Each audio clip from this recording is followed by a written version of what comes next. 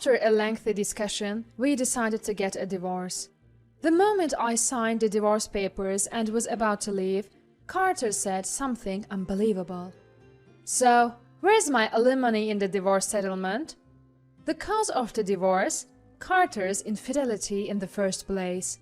In other words, Carter was the one at fault. Yet, he had the audacity to ask, "Where's my alimony in the divorce settlement?" It seems Carter genuinely believes he's entitled to alimony. Divorcing him just isn't enough. I'm going to corner this fool for good. My name is Mia. I'm 28. I have a husband whom I married 2 years ago. His name is Carter. We met at a company-sponsored party. I work for a fairly large company that owns several subsidiaries. 4 years ago, this party was held, and that's when I happened to meet Carter. Ironically, I'm an executive at the corporate headquarters, a successful career woman. Carter, on the other hand, is a staff member at a small branch of subsidiary. Naturally, my income is much higher, modestly put, about 3 times that of Carter. When we started dating, Carter was quite concerned about this. "Do you think a staff member like me is a good match for someone like Mia?"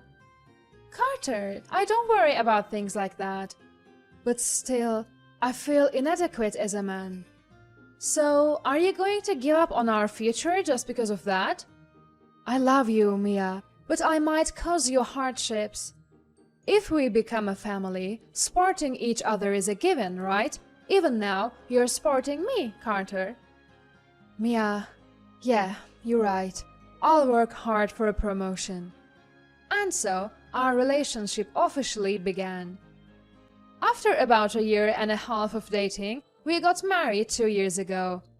Now, in our 3rd year of marriage, our relationship with Carter is still going strong. We openly express our love as a couple and had agreed to focus on our careers until we had children. One day, as routine would have it, after finishing work, I check my phone and see a text from Carter saying, "I'll be home late."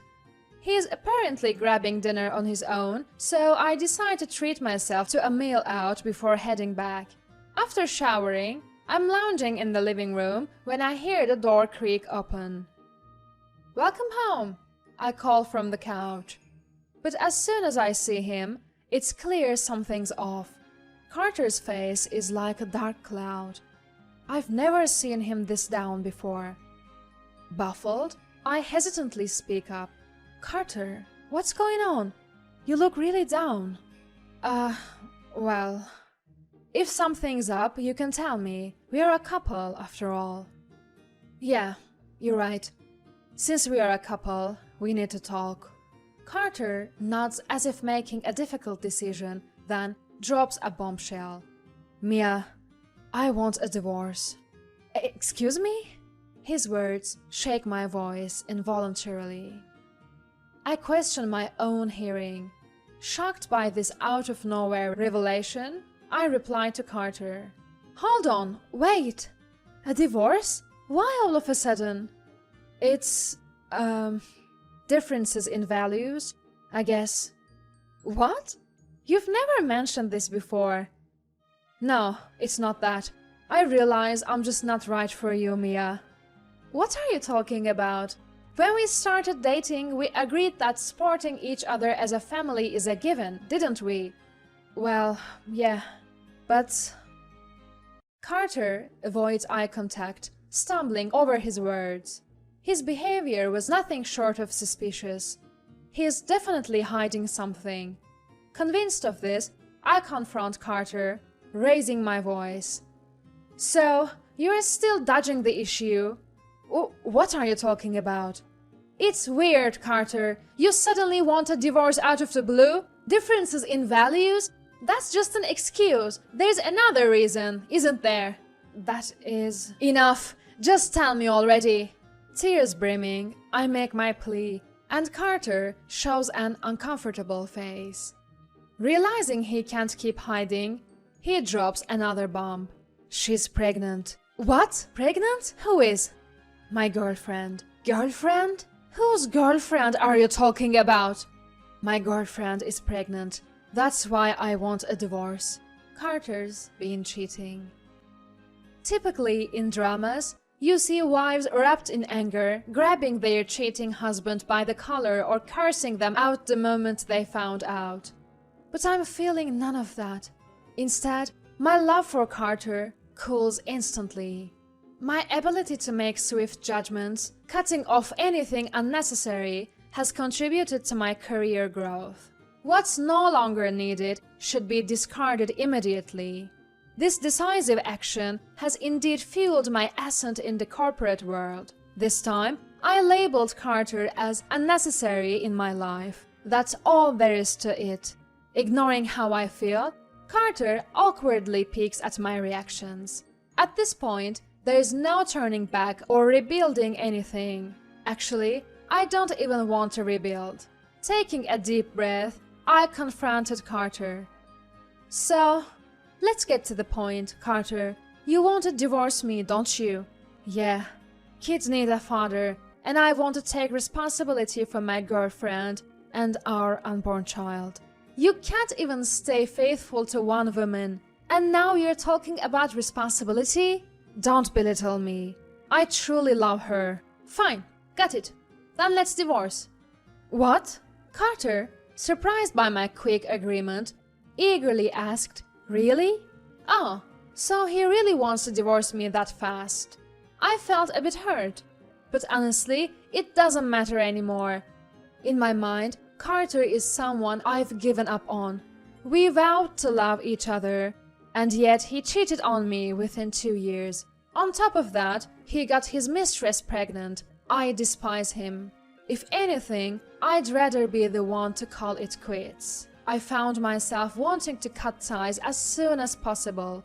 In order to get this ordeal over with quickly, I snap at Carter. To speed things up, I'll agree to the divorce, but we need to sit down and talk, all three of us, including your mistress. My girlfriend too? Obviously. I'll start preparing to move out. Let's meet at a cafe near the station in a week, okay? Yeah, got it. Great, that's settled then. Now, leave. Carter widened his eyes at my words for a moment. Realizing he had no grounds for objection, he quickly began making preparations to leave. Afterwards, I cancelled the apartment lease and started looking for a new place. Carter spent the intervening week sleeping at his mistress's apartment. A week later, the Carter I met looked oddly refreshed. I rolled my eyes at the sight of him entering the cafe, arm in arm with his mistress, showing no sign of remorse. Without caring about my reaction, Carter casually spoke. Sorry to keep you waiting. Have you been waiting long? I wasn't waiting. You're 15 minutes late. My apologies. Evelyn left something behind as we were leaving the house. Oh, Evelyn is her name, by the way. The woman Carter had an affair with looked at me and gave a slight nod. I gestured for them both to take a seat and began talking right away. So, you're pregnant with Carter's child, Evelyn. That's why Carter and I are getting a divorce, right? Yeah, I feel bad for Mia, but it's for the child. For the child, huh? You make it sound noble. But in the end, it was just an affair, right? I get it, okay. That's why I said I'm sorry. You did say you're sorry, but if you were truly sorry, would you waltz in here arm in arm and late? What does that have to do with anything? Weren't you the one who agreed to the divorce? It was becoming clearer. Carter didn't think what he did was wrong.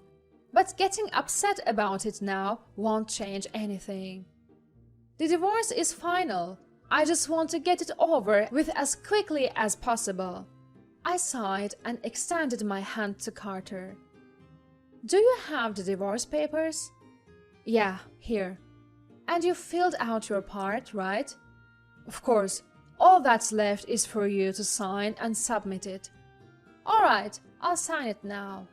I took the envelope containing the divorce papers and spread them on the table.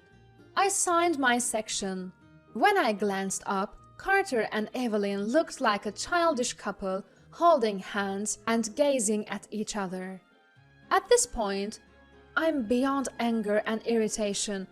I am dumbfounded. Why did I marry this man? I lament my poor judgment for a moment. Eager to leave, I tell Carter straightforwardly, "I've signed it, so I'll go submit the divorce papers now." I began gathering my things and stood up. Then Carter hurriedly said, "Wait a minute." I reluctantly asked, "What now?" Then Carter said something unbelievable. "So, what about the alimony for me?" "What?" "Not what. What's the plan for the alimony you'll be paying me?" I couldn't believe what I was hearing. Alimony for him? What is he talking about? Did he just say, "for me"? How could he even think I owe him alimony? Although I'm annoyed by his insensitive remarks, I keep my composure because we are in a store. I take a deep breath to maintain my calm and respond to Carter. "Why would I owe you alimony?" "Why? Because you make more money than me." "So, because I make more money?" "Yeah, you've always made more than me. So, if we are getting divorced, you should be the one paying me alimony." "Excuse me?" I was at a loss for words at Carter's unbelievable reasoning. It looked like Evelyn was equally shocked as she stared at Carter in disbelief. When I pressed Carter for more details, it became clear he was operating under a major misunderstanding. He seemed to think that in a divorce, the person who makes more money has to pay alimony for the other. So, in Carter's mind, since I earn 3 times as much as he does, I would be the one paying alimony in the divorce court. I was stunned he didn't know the basic fact that the person at fault in the marriage is the one who pays alimony. Even more mind-boggling was that he cheated but somehow thought he would be the one to receive alimony. At this point, his delusion was almost applause-worthy. But jokes aside, there's no way I would ever pay alimony to a guy like this. Visibly disgusted but keeping my composure, I said, "Are you okay in the head?" "What? Why would you say something like that? Just because you don't want to pay alimony? No, it's not about whether I want to pay or not. I will definitely not be the one paying." "Huh? Don't you get it? The person who pays alimony is the one at fault, which is you." "Me?" Carter looked utterly confused, as if he couldn't process the situation. I glanced at Evelyn for support, and she nodded in understanding. Carter, turning pale, pulled out his phone. Divorce, infidelity, at fault, alimony. He started hastily typing these keywords and searching. After some reading, he let out a resounding, "This can't be," that echoed throughout the cafe. You almost have to admire stupidity of this magnitude. Then, in the cafe, Carter began to apologize. Wait, Mia. I get that I'm the one at fault, but I can't afford to pay alimony." "Excuse me? You cheat and now you say you can't afford it? You know I don't make much." "Mia, plus, we're about to have a baby." "So what? That has nothing to do with me." How could you?" Finally, realizing the gravity of the situation, tears filled Carter's eyes. He grabbed my shoulders and began to plead loudly, enough for others to hear. "Mia, come on, what about us? What are you trying to say? We were so in love, why are you asking for alimony now?" "Look, enough is enough." "Mia, didn't you ever love me? Or were you cheating on me all along?" "Excuse me?" Carter spouted nonsense, trying to twist the narrative into me being the cheater. At that point, any lingering sympathy I might have had for him vanished completely. At this point, I couldn't care less who was around. I glared down at Carter, raising my voice like never before. "Seriously, Carter, get it together!" "What? Mia? Why should I pay you a dime in alimony after our divorce? It should be the other way around. You should be paying me. You cheat without a care and then have the audacity to say, pay me alimony because you make more money? Are you kidding me? Don't talk nonsense. Stunned by my outburst, Carter froze. I didn't stop there. You're not the one who should be asking for alimony. I am. I am claiming the maximum amount from you, and even from that woman you cheated with. I don't care if you two have a child or not. Fall from grace and make it a spectacular one, both of you. Having said my piece, I grabbed my bag and the divorce papers and left the cafe. I heard my name being called from behind, but I ignored it completely. Later, I submitted the papers to the city office, and my divorce with Carter was finalized. Thanks to my lawyer, I was able to claim alimony smoothly. I billed Carter for $30,000 and Evelyn for $10,000. They both begged for a reduction, but I shrugged it off. They had to borrow money from all sorts of places to pay me. Even with a child on the way, they ended up in debt. I cancelled the lease on our apartment and moved into a new home, telling no one the address. I explained the situation to my employer and requested a transfer. I was assigned to a branch near my new home. Now, I won't have to see Carter ever again. On the other hand, it seems Carter has successfully remarried Evelyn afterward. I heard he quit his job. Well, got fired is more like it. Though they talked about doing it for their coming child, their future doesn't look bright. Continuing the story, adding more interest to it, it turns out that one of Carter's co-workers happened to be in the same store where we had our divorce discussion.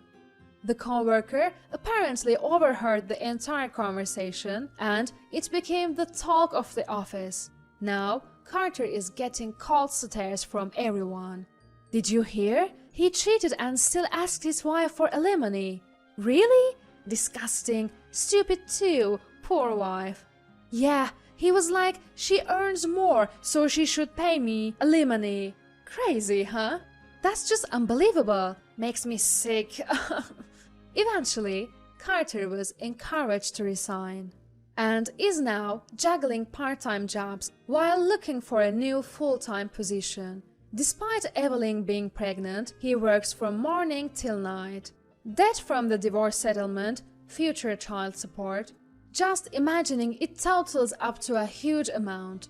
Can Carter and his new family really bear the burden? Chances are happiness won't be coming their way anytime soon.